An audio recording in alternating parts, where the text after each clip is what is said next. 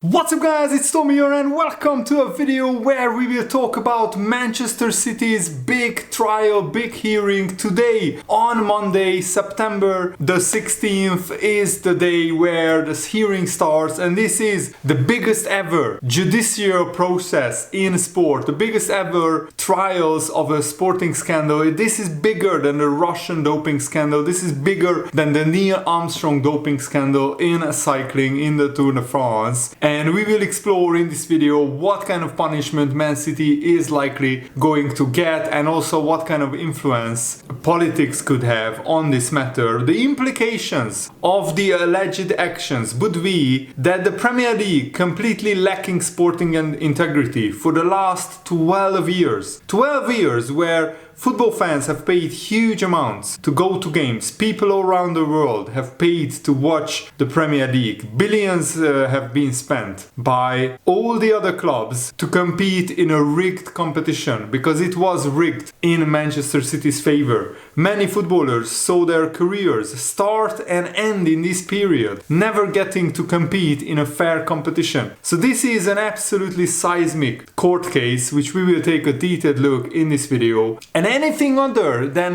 Manchester City getting relegated, and Man City will take this as a huge win, and especially their legal team, who they are spending tens of millions of pounds on lawyers, and Manchester City are just spending as much money as they want on lawyers, because they have pretty much unlimited funds, with the whole country of the United Arab Emirates owning Manchester City. So Man City claim that they have irrefutable evidence to prove their innocence, but they have never presented that to the Premier League. They haven't done anything more than use all the legal avenues to bury the charges or to obstruct the investigation and to fail to cooperate. They didn't provide the necessary documents to the Premier League for years. And this is not just rumor. This is on a record fact discovered by, the previous UEFA investigation, and it has been on record for the last few years. Man City also lied to the Court of Arbitration for Sport, an important and largely unknown detail.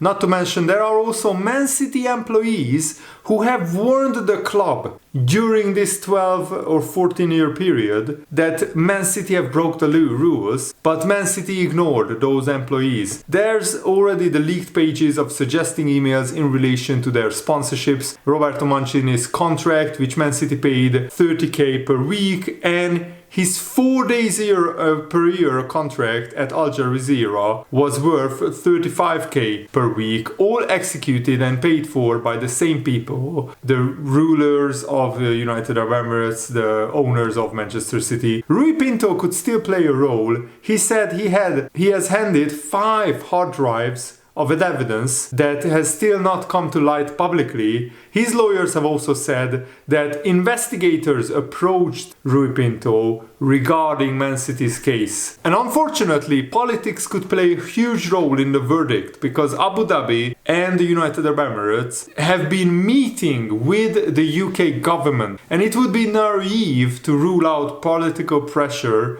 and interference. And the United Arab Emirates and Abu Dhabi has purchased many companies, many buildings in London and the United Kingdom, and they have very lucrative contracts, weapons contracts with the UK government. So it would be very naive to say that the United Arab Emirates government wouldn't blackmail the UK government, or wouldn't tell the UK government that they will end those contracts, and they will not pay billions of pounds to the United Kingdom for these contracts anymore if Man City are found guilty. Man City cooked the books. This is beyond dispute. It's been reported for a decade. Whether it can be proven enough in this independent commission panel in front of the court of law is another matter. Let's hope it will be the case. The problem is, once the Premier League let state ownership into football, this went down into a dangerous path, because whole countries are much more powerful than any one consortium or one rich company taking over a football club. And it's a real shame that governments are now involved in football's decision making. The fact that it was leaked that the UK government and the United Arab Emirates discussed the Manchester City case is the key reason why government won't interfere in this process. Because everything leaks from the government. If it leaks, the government intervene in this, then the Premier League will be finished as it is. They will lose all credibility and all integrity, and there is no chance they will risk that. That's what one fan is saying. We have to hope so, but it would certainly go against what the new government has promised for football if it was leaked that the UK government interfered with this investigation and interfered in the case. The minimum punishment that Man City will receive or should receive is the points deduction large enough to relegate them at least to the championship. But remember, the independent commission doesn't have a limit on how far they can punish Manchester City. They could even relegate them to non-league football or to even the lowest division of English football, which is the 9th tier of English football. I don't think that will happen, but that's the worst case scenario. And they could even impose a sanction on Manchester City that the owners have to sell Man City. They could also strip Man City of the affected titles in these 12 or 13 years, however long these FFP charges lasted. They could also impose huge fines on Manchester City, but I think that would be the easiest punishment for Man City because they have almost unlimited amount of money. So no matter how big a fine Man City would get, they would just pay it. And also there needs to be a lot more strict and a lot more stringent financial information monitoring by the Premier League. A suitable punishment will be a permanent expulsion from the Premier League until the club has new owners and they receive a massive fine, and all titles will be stripped from Man City since 2011-2012. I think that would be the most fair punishment, knowing how many times Manchester City cheated the rules and got away with it. The likely scenario is a punishment will be in between these two scenarios. So probably Man City will get relegated at least to the championship, hopefully to a lower league, because if you just relegate Man City to the championship, they just get to spend one season outside of the Premier League. Ineffectively, you could see Man City just spending one season outside of the Premier League, then they bounce back again straight away, and then they can win the title again in 2 years' time. So that wouldn't be a harsh enough punishment in my eyes. I think at least relegate them to League 2. So they have to make major changes to their squad structure, because I don't think Erling Haaland or Kevin De Bruyne or Phil Foden would fancy playing in League 2 or League 1 against really really tough opposition in terms of really rough defenders. But also we need to talk about Manchester City's forgotten conspiracy, because it blows my mind when commentators say that the alleged conduct was highly unlikely when they are talking about Manchester City's Premier League charges. Are they really being disingenuous, or are they biased to the point of delusion? Because the Court of Arbitration for Sport unanimously found a years-long conspiracy to commit the alleged conflict. All three arbitrators at the Court of Arbitration for Sport found this conspiracy, and 2/3 of the panel felt there was insufficient evidence to say that certain individuals in the United Arab Emirates then fulfilled the conspiracy. But the conspiracy was there. All three arbiters found that. But what's undeniable is that the intent was there from Manchester City's executive team to commit fraud, to commit breaking the financial fair play rules. It also blows my mind that mainstream media outlet doesn't bring this up when discussing the case either. The finding of fact was made. It's not an allegation anymore, it's a fact made by the court. In paragraph 2290 of the CAS decision, it is clear the leaked emails discuss an arrangement whereby Etihad's sponsorship contribution would be funded by, the Abu Dhabi United Group or by HHSM. That's based on the few emails CAS saw, and it is referring to an email in September 2012 from Graham Welles, who was the COO at Man City, to Simon Pearce, who was the board director at Man City. And they also included in the email Ferran Soriano, who was the CEO and still is the CEO at Man City. An email in December of that year from Andrew Widdowson, who was the head of finance at Manchester City, to Simon Pearce. And an email in December 2013 from George Chulimas, who was the CFO at Man City, to Simon Pearce. And another email in August 2015 from George Chulimas to Simon Pearce, including Ferran Soriano in the email. That means that CAS made a finding of the fact that Man City's chief operating officer, the chief executive officer, the head of finance, the chief financial officer discussed the arrangements over the course of 3 years to subvert financial fair play, to get around financial fair play rules and to break them. The wrongful conduct the club is accused of. And these commentators think it's highly unlikely it happened. Absolute nonsense. The commentators, the pundits, most of them are just too afraid to say that Man City are guilty because they are afraid of being sued. In one of the emails, the head of finance of Manchester City, Andrew Widdowson, clearly states that it did happen. I guess these commentators think it's most likely that Widdowson, who is now the CFO of Citigroup's New York City Football Club, was lying for absolutely no possible reason when he wrote that. Man City were able to escape justice because a mixture of UEFA gross incompetence and highly concerning CAS arbitration irregularities, but they stand absolutely no chance of evading justice at this Premier League independent commission. Far more crushing evidence, independent arbitrators, lower standard of proof. So it's a waiting game now. It's waiting until Man City get punished. It's not an if, but it's a when of Man City will get punished. Because the evidence, at CAS basically they used 3 emails as the evidence. Premier League has hundreds of emails directly from the source, from Manchester City's database, which they had to provide by law to the Premier League. They also have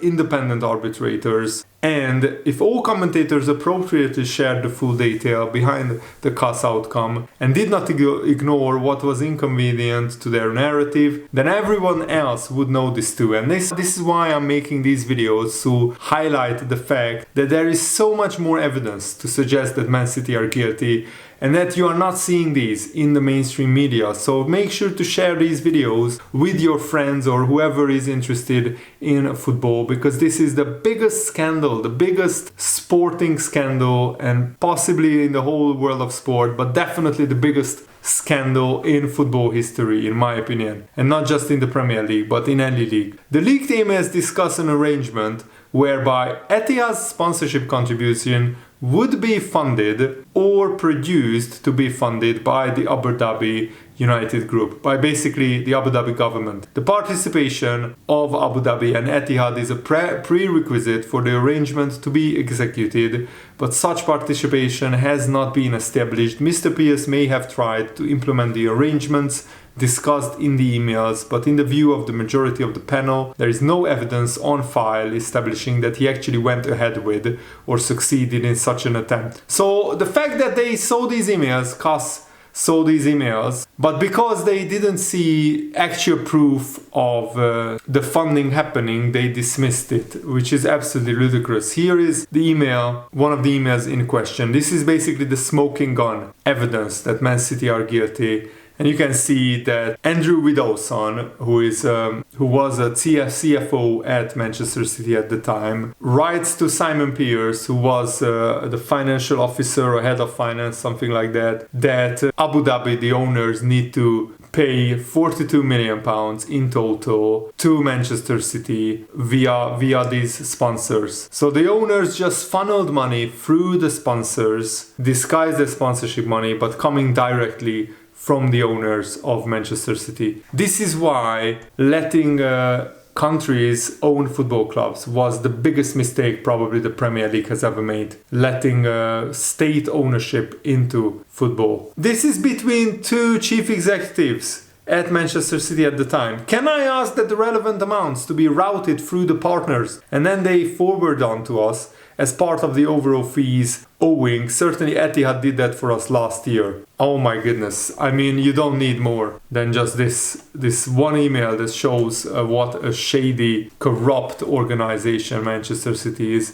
Another email between two Manchester City executives, and the current CEO, Ferran Soriano, is CC'd on the email as well, where they are asking that the owners of Manchester City through Etihad pay Man City £67.5 million of sponsorship fees. And the last line, I think, is just absolutely scandalous. I confirm you that we have already received our monies. I mean, what is this? Oh my goodness. Absolutely incredible. My thinking is the Premier League will have hundreds of these emails in evidence. And Man City never once disputed the originality of these emails. Man City never once said that these emails are fake, because they are not. They are real. They were just leaked to Der Spiegel and in the Football League's website, but the Premier League will have the original emails from the database. And they will have hundreds of these emails. And they worked 4 or 5 years to prepare this case. So surely the Premier League's independent commission will find Manchester City guilty. The big question is, what kind of punishment and how big of a punishment will they get? But I can't wait until the day when it is announced officially that Man City are relegated from the Premier League. That will be, I think, a glorious day in the Premier League and the new start of the new era, because after that, Newcastle and Chelsea and all the other clubs who are state-owned or part state-owned, they will be very careful how they spend their money, because they will know